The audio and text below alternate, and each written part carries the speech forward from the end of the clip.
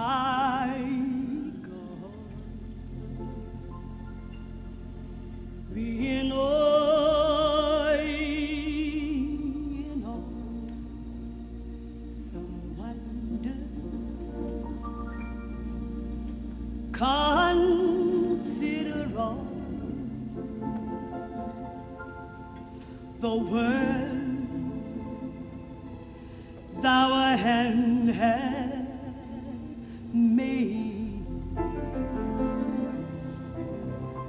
I see the stars and I hear your rolling thunder. The power throughout this universe display. Then sang my soul,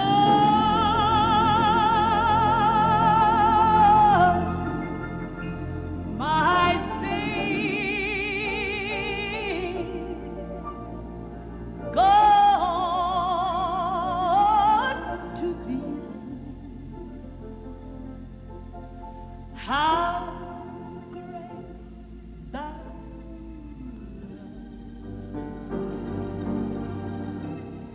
heavenly clad,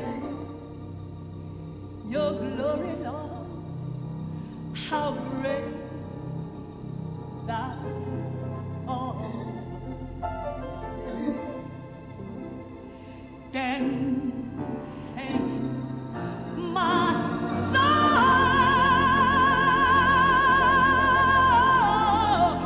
my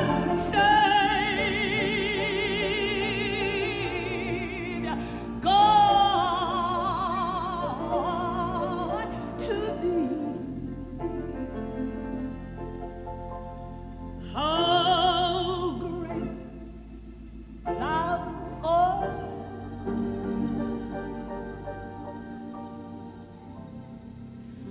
How great thou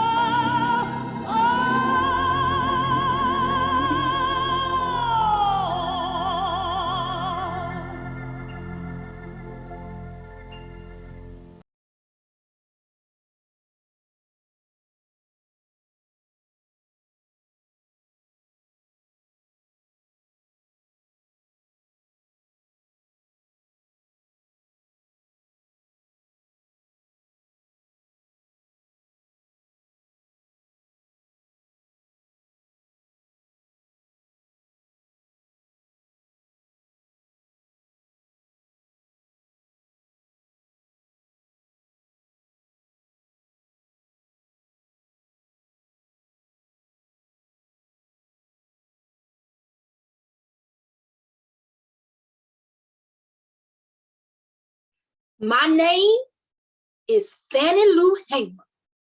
I rose from humble beginnings in the Mississippi Delta to become one of the most important, passionate, and powerful voices of civil and voting rights for greater opportunities for African Americans. I was born on October 6, 1917 in Montgomery County, Mississippi. I was the 20th and last child of sharecroppers. My mama and daddy's name is Luella and James Townsend. I grew up in poverty. At age 6, I joined my family picking cotton. As a picker, I had to pluck 7,000 prickly balls with sore fingers. I worked hard in the heat, rain, cold, wind, and snow. My fingers blistered, and at times it felt numb. I couldn't feel my own hands sometimes. I'm sick and tired of being sick and tired. By age 12, I left school to work full time. In 1944, I married Perry Hamer and worked on the Mississippi plantation owned by B.D. Marlowe until 1962. I was the only worker who could read and write. I served as a plantation timekeeper. In 1961, I went into surgery. The doctor removed a uterine tumor. I also received a hysterectomy from a white doctor without my consent. This prevented me from bearing children. I'm sick and tired of being sick and tired. Back in the day, eugenic sterilizations were authorized and administered to reduce the future population of Black folk. One summer, I attended a meeting led by civil rights activists James Foreman and James Bevel. Mr. Foreman was of the Student Nonviolent Coordinating Committee and James Bevel of the Southern Christian Leadership Conference. I became a Student Nonviolent Coordinating Committee organizer, and on August 31st, 1962, led 17 volunteers to register to vote at the Indianola, Mississippi courthouse. We were denied the right to vote due to unfair literacy tests. We were harassed on the way home. Police stopped our bus and fined us $100. And you wouldn't believe what they fined us for, because the bus was too yellow.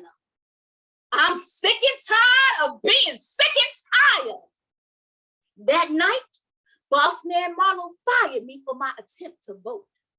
My husband was required to stay until the harvest. Marlowe confiscated much of our property. My husband and I ended up moving to Ruleville, Mississippi, in Sunflower County, with just the clothes on our backs. I'm sick and tired of being sick and tired. In June 1963, after successfully completing a voter registration program in Charleston, South Carolina, I and several other Black women were arrested for sitting in a whites-only bus station restaurant in Winona, Mississippi. One of the highway patrol officers came to me and said, "You're gonna wish you were dead." At the Winona jailhouse, me and several of the women were brutally beaten. They beat us and they beat us. They beat me until I was about blind. I just knew I was gonna die in there. They left me with lifelong injuries from a blood clot in my eye, kidney damage, and leg damage. Jesus! I remember it like it was yesterday. I was also raped while locked up. I'm sick and tired of being sick and tired. In 1964, my national reputation soared as I co-founded the Mississippi Freedom Democratic Party, which challenged the local Democratic Party's efforts to block Black participation. Me and other Mississippi Freedom Democratic Party members went to the Democratic National Convention that year, arguing to be recognized as the official delegation. When I spoke before the Credentials Committee, calling for mandatory integrated state delegations, President Lyndon Johnson held a televised press conference, so I would not get any television airtime.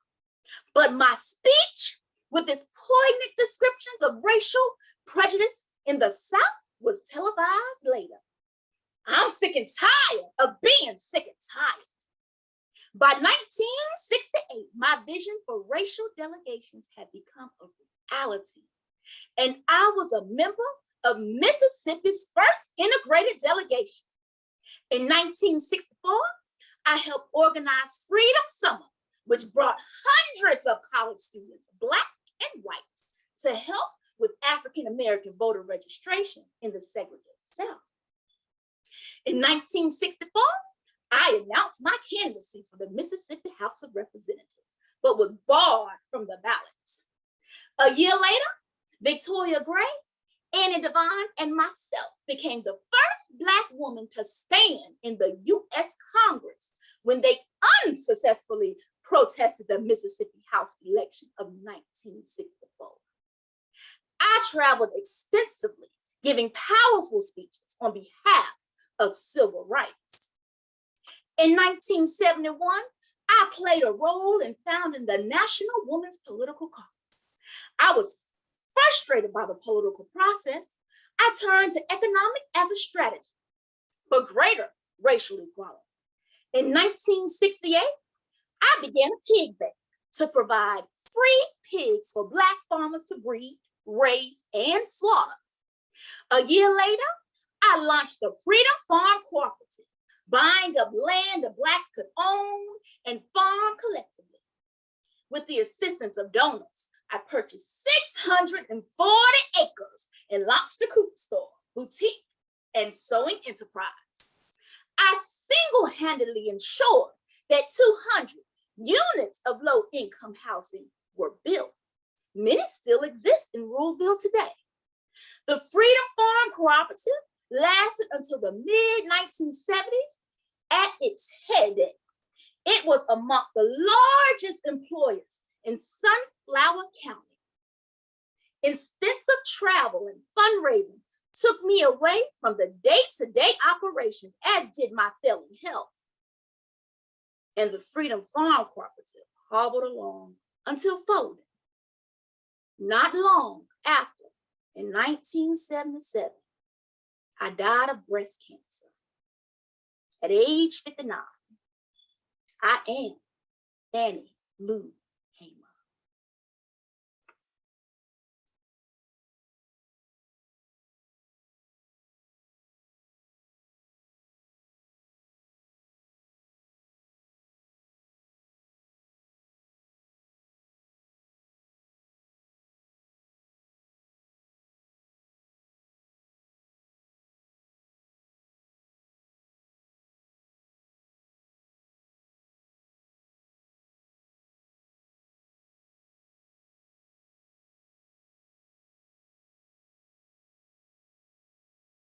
You may write me down in history with your bitter, twisted lies. You may trod me in the very dirt, but still, like dust, I'll rise. Does my sassiness upset you?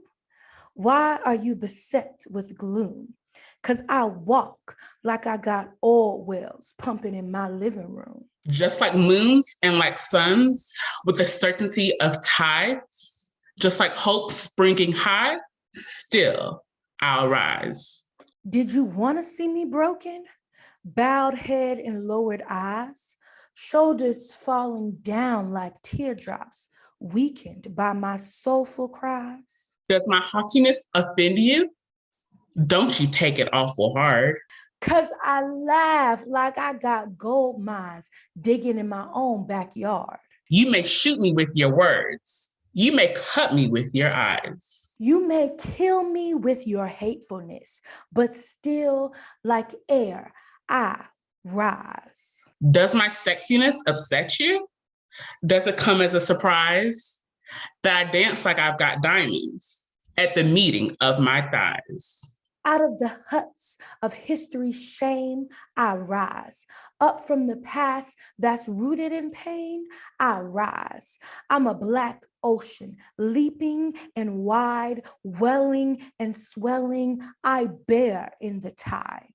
Leaving behind nights of terror and fear, I rise. Into a daybreak that wondrously clear, I rise. Bringing the gifts that my ancestors gave, I am the dream and the hope of the slave. I rise. I rise. I rise.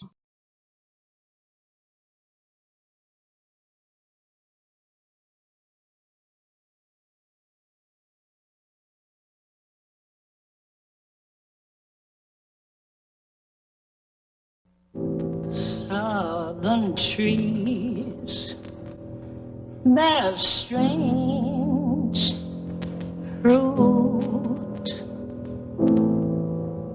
blood on the leaves and blood at the root. Black bodies swinging in the southern breeze. Strange fruit hanging from the poplar trees.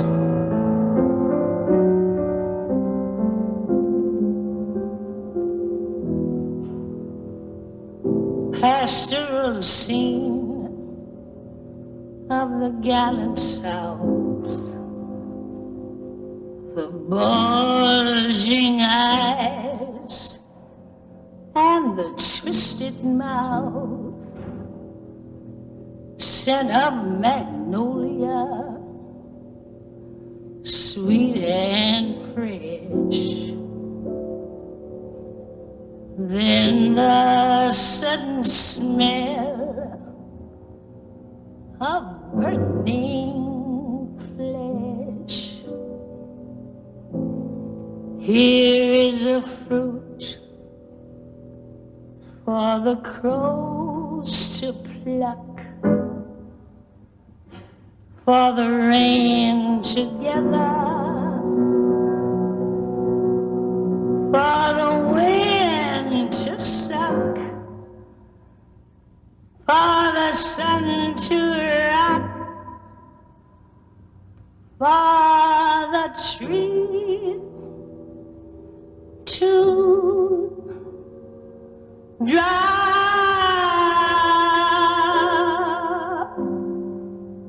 Here is a strange and bitter cry.